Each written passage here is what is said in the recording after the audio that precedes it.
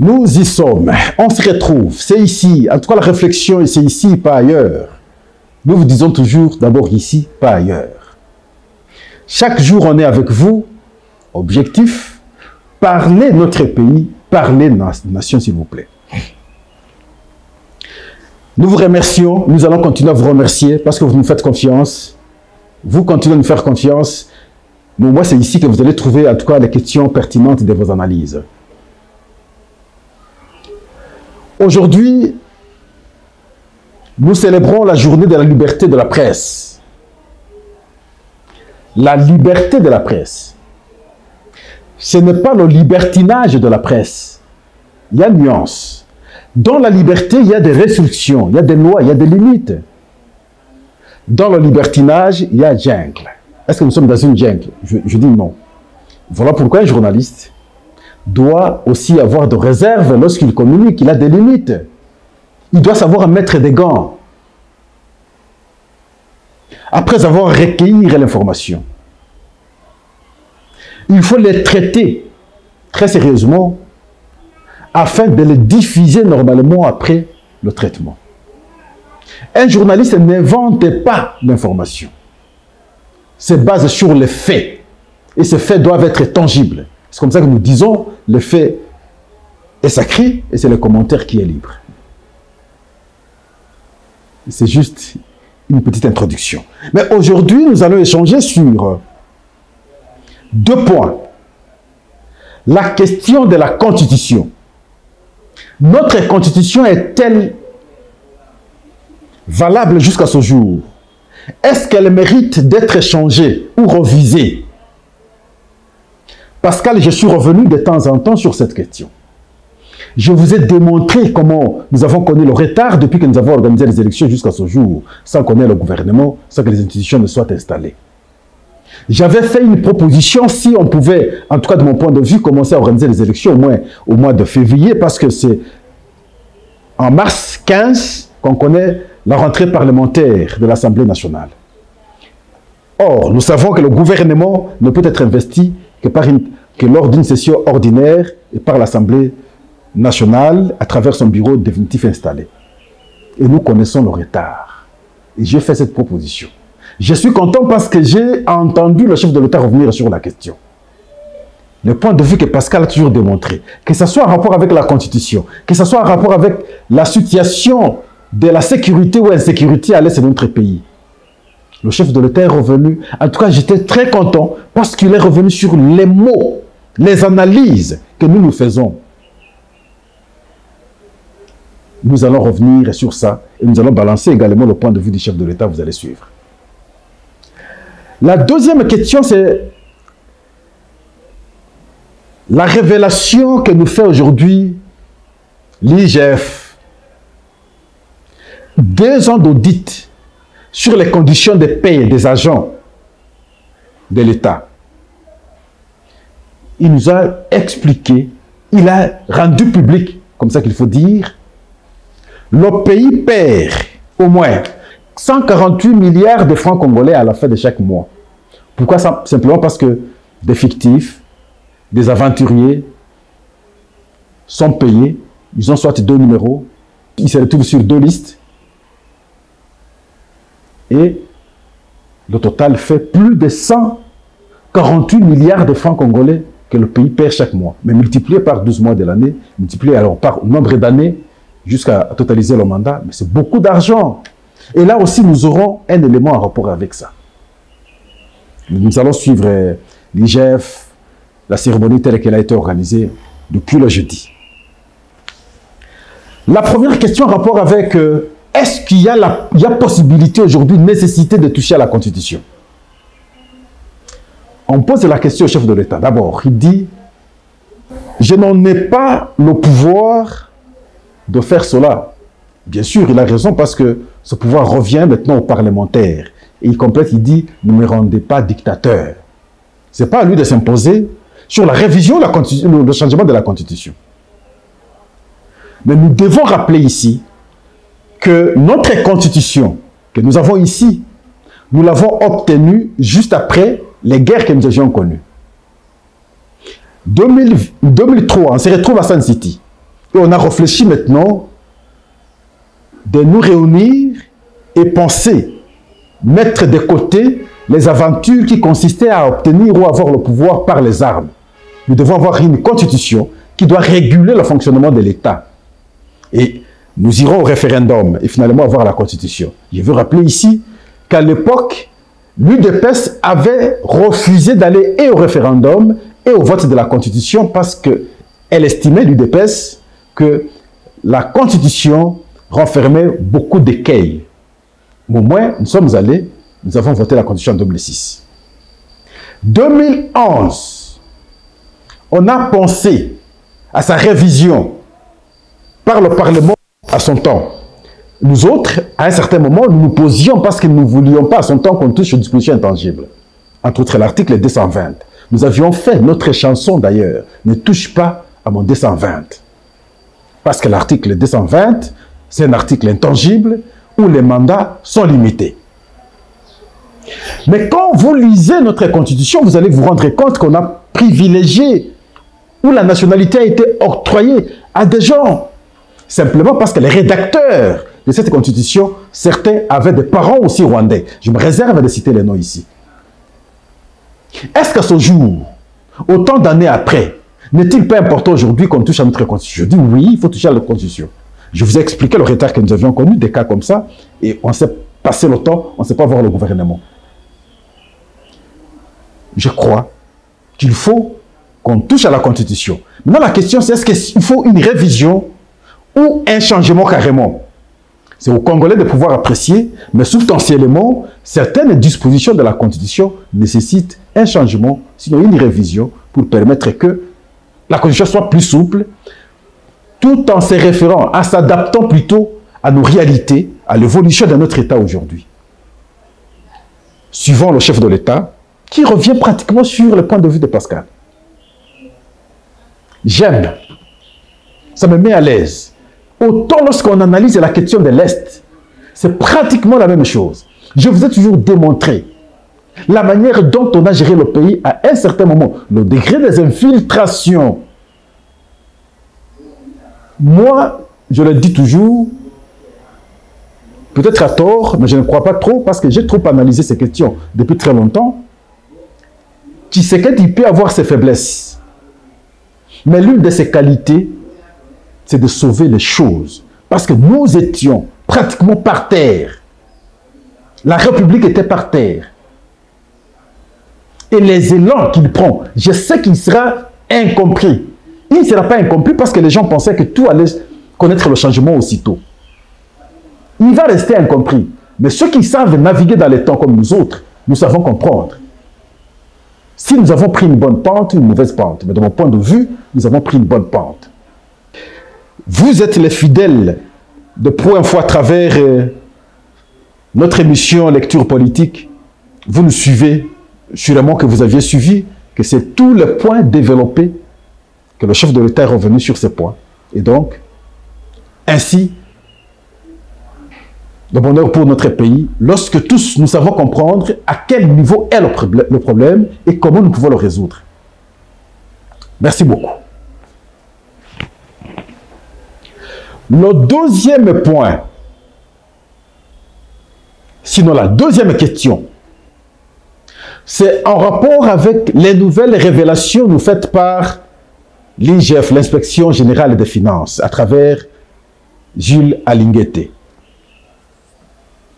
À un certain moment, je disais que il ne faudrait pas, vous, Alinguete, avec votre équipe, d'être trempé. C'est comme ça qu'à un moment, j'avais dit le tracker trempé. Mais cela ne voudrait pas dire, je ne mettais pas en cause le travail d'Alinguete et de l'IGF. Au contraire, j'encourageais. Mais simplement, je voulais dire que lorsque vous bénéficiez de nos félicitations, nos encouragements, ne faites pas comme les autres. Ne tombez pas dans les erreurs. Faites le bien et nous allons continuer à vous encourager. Et ici, je vous encourage.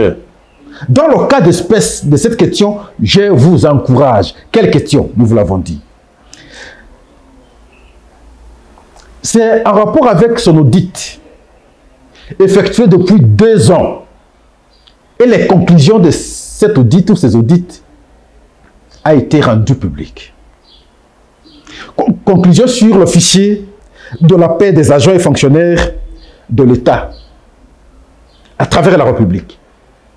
Et il a fait une communication devant les responsables de la paie, entre autres ici pour les forces armées, la police nationale congolaise, SECOPE et les secrétaires généraux de l'administration publique. Le contenu, c'est lequel? Vous allez nous excuser.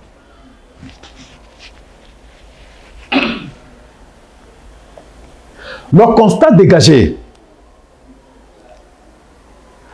145 604 agents et fonctionnaires de l'État qui sont sur les listes de paye avec des numéros fantaisistes. Donc des faux agents qui ont des faux numéros. Les agents de l'État, de faux agents de l'État qui ont de faux numéros. Le total, c'est 145 604 agents. Mais c'est beaucoup.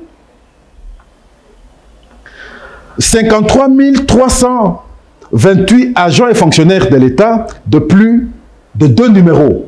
Il y a des agents, le total c'est 53 328 qui ont au moins 2 numéros. Mais comment vous êtes un agent, vous pouvez avoir 2 numéros? Il reçoit l'argent ici, il reçoit l'argent là-bas, je ne comprends pas. Mais il a 2 numéros. Mais le nombre, c'est 53 328 agents et fonctionnaires de l'État. Mais c'est beaucoup. 93 356 agents qui partagent le même numéro. C'est quel État finalement? 93 356 agents à travers le pays, mais ils ont le même, ils partagent les mêmes numéros. Tel agent a le même numéro que l'autre. Tel a le même, mais vous avez le même numéro, on vous paye comment? Mais ils sont payés. 931 agents et cadres, ici c'est plus précisément ceux du budget, qui sont payés sur plusieurs listes. Au budget, même aux finances, vous avez un projet d'intérêt public, un projet clair, vous allez pour que le décaissement soit fait. La question qu'on va vous payer, quel est le pourcentage que nous gagnons? Ça, c'est connu par tout le monde. Je crois qu'un travail sérieux doit être fait à ce niveau. Au niveau des finances et au niveau des budgets. Les agents qui sont là ne sont pas sérieux. Et voilà aujourd'hui, l'audit ou l'enquête démontre, confirme le mauvais comportement. Comment vous êtes appelé à faciliter la régulation du fonctionnement des monnaies, de la monnaie au pays, et vous êtes les premiers à être payés sur plusieurs listes. On crée un truc, donc il vous conditionne, si vous voulez que votre dossier passe, mais mettez-moi aussi sur la liste que je sois payé chez vous. Parce que vous êtes conditionné, sans quoi votre dossier ne va pas évoluer. Souvent, les gens cèdent et acceptent, et il va recevoir l'argent ailleurs. Une ou 2 listes comme ça, il reçoit l'argent. Quand il fait la sommation, il a beaucoup d'argent. Demain, il construit l'immeuble. Il a des gros véhicules. C'est comme ça que ça se passe chez nous. 43 725 agents à travers le pays, bien sûr, sur la liste des SECOPE et sur la liste des FARDC qui n'ont jamais été déclarés par les services d'origine. Donc, il y a des agents comme ça, les services d'origine ne les connaissent pas, mais ils sont agents, ils reçoivent l'argent. Mais comment vous parvenez à avoir l'argent alors que vous n'êtes pas reconnu? Et là, c'est les généraux et les officiers aussi, et les responsables de ces copés qui font tout, ils montent des gens, des noms fictifs, ainsi de suite, pour qu'à leur tour, ils gagnent l'argent. Et nous allons dire, les militaires sont mal payés, la police est mal payée, ainsi de suite, alors que c'est les responsables qui prennent l'argent. Regardez le nombre ici, si un responsable peut avoir l'argent de tous ces gens, mais comment le reste sera bien payé? Ou alors, si on capitalisait cet argent, on mettait pour l'intérêt de tout le monde, c'est partagé, mais il serait normalement bien payé. Non, nous devons être sérieux. Suivons alors ce qu'a été cette séance d'échange entre l'inspection générale et fonctionnaires responsables de la paie, ici les FARDC, la police nationale et les secrétaires généraux de l'administration publique. Suivons. Un véritable travail de fourmi qui a pris une année et les secrets découverts font juste froid au dos. L'Inspection générale des finances a rendu public les conclusions de sa mission d'audit du fichier de la paye des agents et fonctionnaires de l'État. C'était lors d'une réunion tenue ce jeudi 27 avril devant les responsables de la paye des différents services de l'État, notamment les forces armées de la République, la police nationale congolaise, le SECOPE et les secrétaires généraux de l'administration publique. De ce travail de titan abattu par l'IGF, il ressort des cas d'irrégularité graves. L'Inspection générale des finances vient de constater les cas ci-après. Nous avons 145 604 agents et fonctionnaires de l'État qui sont dans les fichiers de la paye avec des numéros matricules fantaisistes. Deuxièmement, nous avions constaté les cas de 53 328 agents et fonctionnaires qui disposent de plus de 2 numéros matricules dans les fichiers. Nous avions également constaté les cas de 93 356 agents et fonctionnaires de l'État qui partagent les mêmes numéros matricules avec d'autres agents de l'État. Nous avons également constaté les cas de 931 agents et cadres, particulièrement du ministère du Budget, qui étaient payés sur plus d'une liste. C'est-à-dire ce sont des gens qui se sont arrangés pour se faire payer sur plusieurs ministères au même moment. Et enfin, nous avions découvert 43 725 agents de l'État qui sont payés sur la liste des SECOPE et des forces armées de la République démocratique du Congo sans que ces agents aient été déclarés ou reconnus par leur service d'origine. C'est donc une nouvelle boîte à Pandore que vient d'ouvrir l'inspecteur général chef de service Jules Alinguete. Suite à ces fraudes massives, le Trésor public accuse tous les mois un manque à gagner d'environ plus de 148 milliards de francs congolais. Pour l'IGF, ces cas d'irrégularité seront désactivés en toute urgence et les fraudeurs mis à la disposition de la justice. Pascal, j'ai toujours dit, si nous aimons en tout cas ce pays, beaucoup de choses vont changer. Question de l'amour simplement, c'est pas trop compliqué. Comment un fils du pays peut accepter poser de tels actes contre son propre pays? Comme je l'ai dit au début. Mais ce n'est pas une question qui commence aujourd'hui. C'est une question qui date de longtemps. Qu'on n'a jamais eu le courage de trouver solution. Je m'en souviens à l'époque avec mon vieux Bongongo. Il avait tenté, mais c'était difficile. Qui a fait ça? Vous n'allez pas nous dire que c'est le régime de Tshisekedi. Même si quelques cas aussi, je ne veux pas aussi le laver, quelques cas oui, quand vous vérifiez, vous allez vous rendre compte. Mais cette question date. Pourquoi nous faisions ça? Vous n'allez pas me dire que c'est Kabila qui avait envoyé les gens faire ça. Non, ce n'est pas Kabila. C'est vous qui aviez des responsabilités des secteurs. Vous n'allez pas me dire que c'est Tshisekedi qui vous a envoyé. Non, Tshisekedi n'a envoyé personne. Vous avez posé de tels actes contre votre propre pays. Simplement parce que vous, comme individu, vous voulez vous retrouver. Les membres de votre famille, vous les envoyez par-ci, par-là. Vous créez les agents fictifs pour que leur argent, cet argent-là, vous revienne. Vous-même, vous êtes payé sur plusieurs listes. Mais finalement, c'est quoi? Et on nous dit, beaucoup n'ont pas d'engagement. Les jeunes chôment, mais vous, comme individu, vous avez 4-5 endroits où vous percevez l'argent. Non, la justice doit faire ce travail. La justice doit faire son travail. Elle doit nous aider, s'il vous plaît. Jusqu'à quand nous allons décrier et nous allons continuer à critiquer la justice parce qu'elle ne sait pas se saisir de dossier? Nous estimons en fait que la justice fera son travail. Que les fraudeurs ici subissent la rigueur de la loi. Mais maintenant, qui est fraudeur?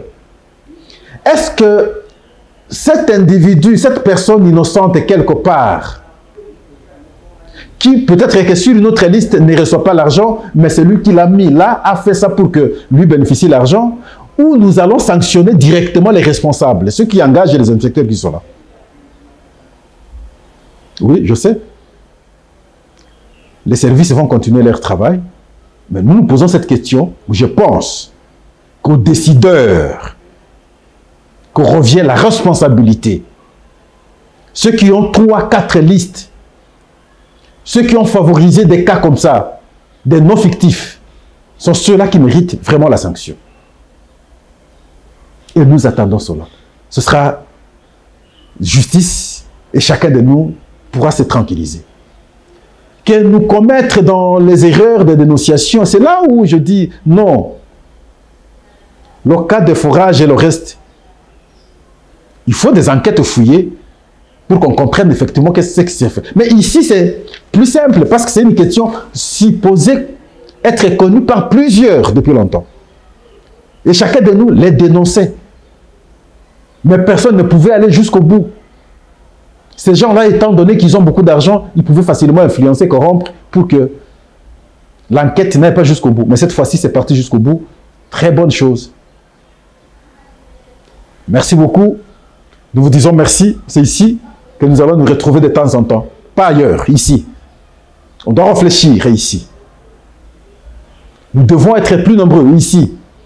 Notre communauté, c'est celle-ci. Pas ailleurs. Nous vous disons merci. Au revoir. À la prochaine.